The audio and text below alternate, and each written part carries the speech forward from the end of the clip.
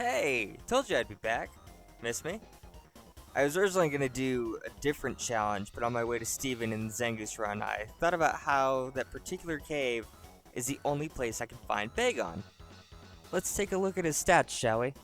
Now this little blue potato is built to pack a punch, just like Zangoose in the last challenge, but he's also got really good defense, though he's not quite as fast. He can also apparently take a few hits as well. Now let's take a look at our moves, and oh, it's not a big move pool. Well, let's look at what TMs we can learn. Oh, that's leaves a lot to be desired. He's a slow leveler too, because he's a dragon, so this could be rough. As you've probably noticed, I decided to go with the Cerebi version of the stats just because I prefer the darker background, easier on the eyes. By all means, if you prefer Bulbapedia to Cerebi or anything else, feel free to let me know in the comments. They're good for the YouTube algorithm, after all. Ah! Sorry about that, I got a little spooked for a second. Anywho, let's go over the rules real quick, and then we'll get started. So rule number 1, of course, I can only use Bagon. I'll need HM Pokemon in order to progress through the game, but I can't use them in combat, unless it's a double battle in which they have to either waste turns or make my time a little harder by attacking me. Rule number 2, no glitches or exploits. I don't know any glitches for this game, and I also don't know any intentional exploits that will give me an unfair advantage through the game, so we're good there. And rule number 3, no items in battle. Only Pokeballs and held items are allowed in combat, and I can freely heal as long as I'm not in battle. Ready? So first off, I used the randomizer to replace Torchic with Bagon. I picked to replace Torchic because we won't necessarily have any type disadvantage against May. Not that she's a threat. Marshtomp is a decent tank if I remember correctly, and he might learn Ice Beam. I know he can. So I figured that would be the best that I'll get in terms of a challenge against May.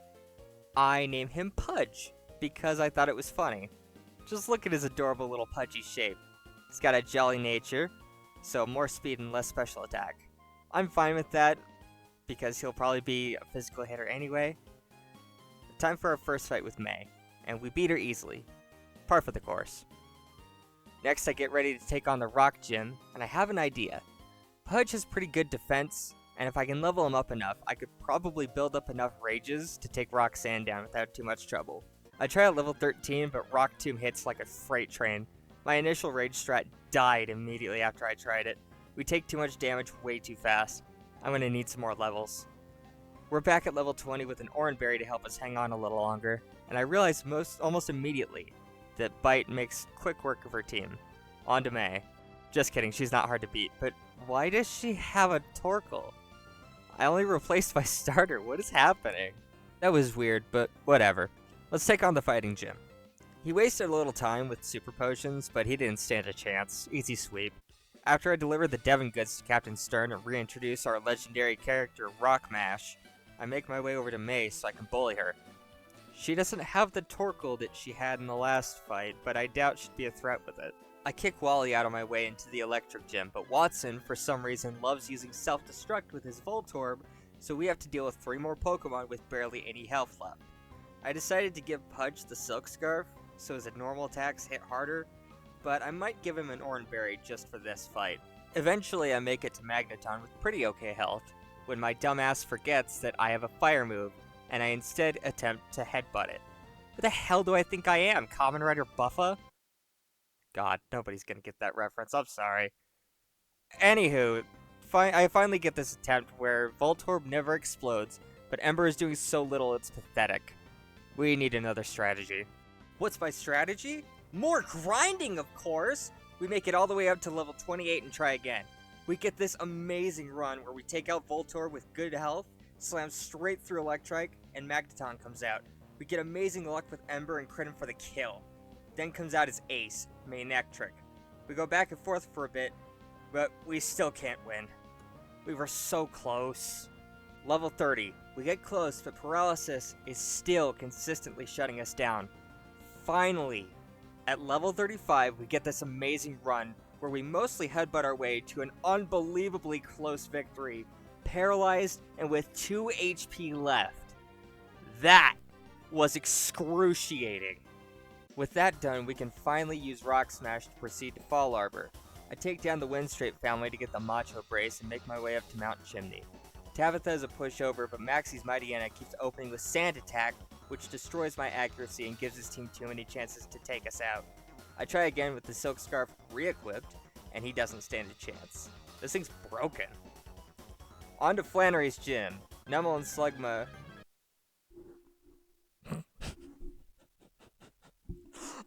I deliberately wrote Slugma Nuts on my script. Pardon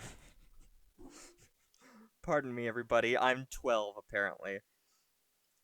Anyway, Numel and Slugma Nuts are one-shots. Sorry for the dumb joke. And Camerupt was a two-shot, though she only hit me with Tackle. We learn Crunch right as Torkoal comes out, and even though we get great paralysis luck on our Dragon Breath, Flannery drags the fight out a little with Hyper Potions. No worries though, we still win. While I head back to Petalburg, let's play a little game. The desert is on the way back, and as you may know from my Zengus challenge, there's 2 fossils there. So, which fossil did I pick? A, the claw fossil, B, the root fossil, or C, neither fossil? Comment your guesses down below. Ready for the answer? In 3, 2, 1. And the answer is... neither. I didn't want to waste time with the Mirage Tower, so I skipped it this time around. I'll pick a fossil next time, don't worry. Anyway, next up is Gym Leader Norman. Spinda is a 2-shot, Vigoroth is a 2-shot, Lanoon is a 2-shot, boom! Slacking. He hits us with a yawn as we paralyze him, and he responds with a facade to destroy us in a single hit. I can't even be mad, that was awesome. Let's try that again. After several more tries, I come back at level 45. I was really worried at first, but I found a strategy with Crunch, which takes slacking down pretty easily. On to New Melville, I guess. I figured New Melville might have some good stuff, or at least good grinding, but I might just start leaving it out. I don't know. Do you guys like seeing that area? Maybe you should let me know in the comments. I should probably stop referencing MDB so much before I start getting myself in trouble. Anywho, we get to the Weather Institute and take down Shelly. The science team gives me cast form, and I name it LOL, as usual, before trashing it in the PC. On to May again. Her entire team was a one-shot sweep. Flying gym time, and we had a much easier time than I expected.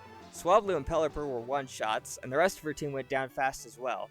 Only her Altaria was any cause for concern, since she dropped her health by half, but even then, she wasn't that big of a threat.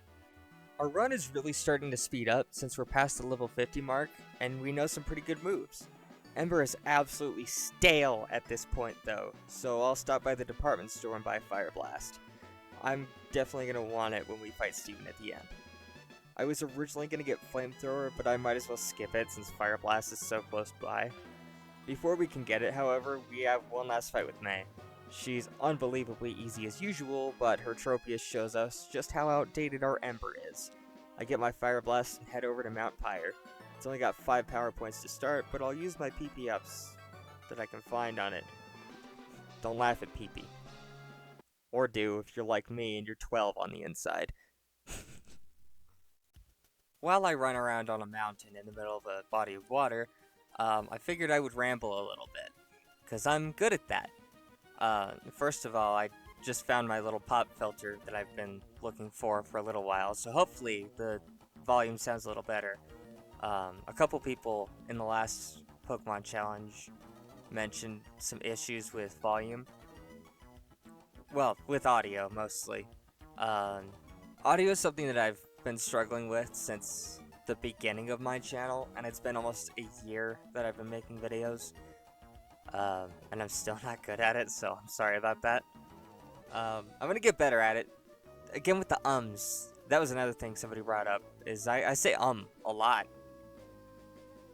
I figured it's fine for, like, the rambling part, but I was saying it a lot during the scripted parts, which I've been kind of trying to keep an eye on this time around. I'm definitely going to be cleaning up my my workflow. You know, making everything a lot more smooth. Yeah. And hopefully it'll get better sooner rather than later.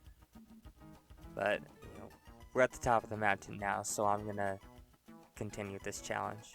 Thanks for hearing me out with my nonsense. Next up, Magma Leader Maxi. It's mostly a sweep, but we end up winning with real low health thanks to his camera up and our own confusion damage. Next, we kick around everybody in our path in the Aqua Hideout and make our way to Moss Deep. Seriously, I went through it so fast that I didn't even pick up the Master Ball. I tried the Psychic Gym at level 57, but their Xatu and Claydol are way too rough. It's mostly a 2-on-1 fight, so I'll grind some levels. I come back at level 60, but we still take too much damage. Our best run at this level gets us all the way to our last opponent, Solrock, before we get taken out by Psychic. Here, let me try something before I level some more. See, I picked up a few citrus berries along the way, so I'll make Pudge hold one and we'll see if we can hang on long enough to win. If not, I'll try the black glasses. I tried both strategies a few times, but we're just too low of a level. We're taking on 4 Psychic types by ourselves. I'm gonna need more levels. I think any strategy will work, but I need to be a higher level for this. I tried both strategies again at level 65, but we're just not strong enough. I will say though, the citrus berry strat is doing a lot better than the black glasses one. Level 70 and we're still getting bullied into the ground, but we're consistently getting to Solrock.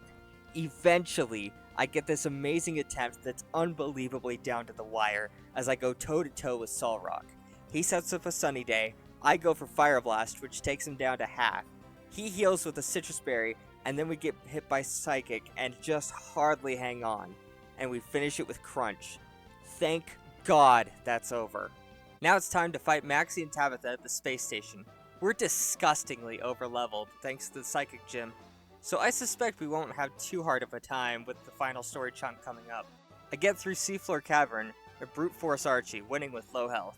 Then I make my way over to Sidopolis to get this cutscene over with, before I go tattled to a Sky Dragon, who flies over to the 2 legendaries and grounds them both for a week.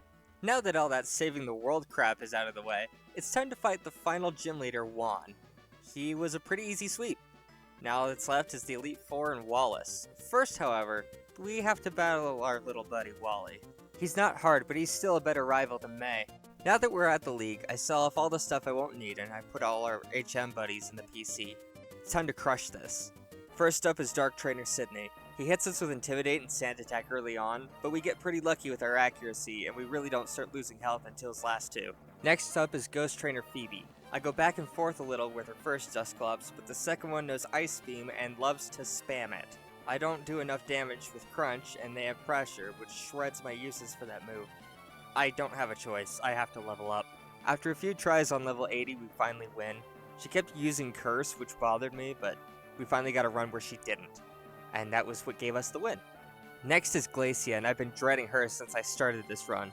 As you can pretty easily see, I have to take them out fast or I don't last more than a minute. I eventually do get to her final Pokemon, Walrein, do unbelievably little damage, and get one shot by Ice Beam. Damn. Let me try again with a few levels and maybe the Silk Scarf.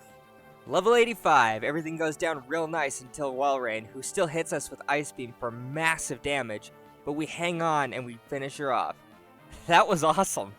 Next is Dragon Trainer Drake. Shelgon protects twice in a row before I one-shot it on turn 3. I assumed Altaria would be a one-shot as well, but he hung on, healed, hit us with Dragon Breath, and then we finished him off. Flygon went down in one hit, which surprised me, and out comes Salamence. Our attack is down from Intimidate. He hangs on with a Sliver and takes us out with Dragon Claw. Here, let me try that again. I don't think I need more levels to beat him. I make another attempt, and this one's insane. Shelgon doesn't open with Protect, and I one-shot him. Altaria gets greedy with Dragon Dances and goes down fast. Flygon's a one-shot as usual, and out comes Salamence again.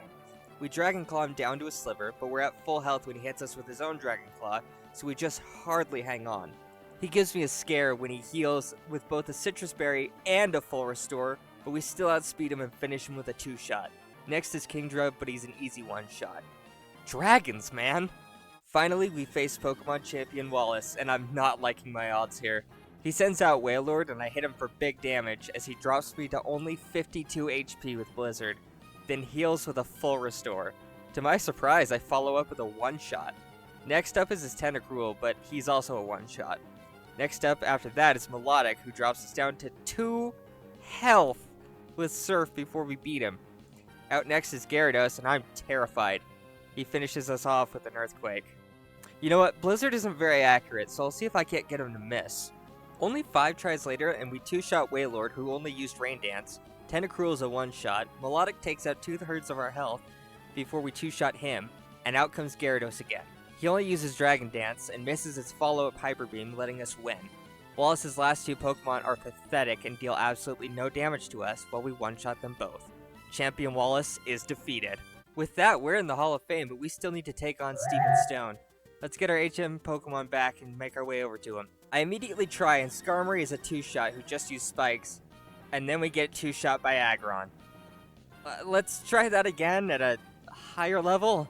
Level 90, we 1-shot Skarmory, but still get 2-shot by Aggron. We don't even do enough to 2-shot him.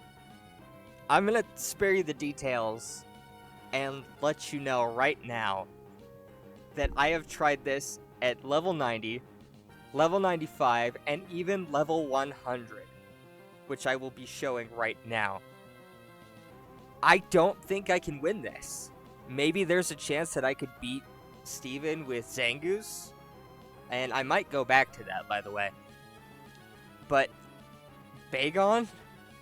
There's no way.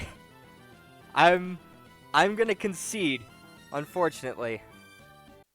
I'm sorry I couldn't beat Steven, but I have other challenges and things that I want to do instead of grinding out attempts until I eventually find some weird lucky streak. Sorry about that. Speaking of which, though, I already have my next Pokemon challenge lined up.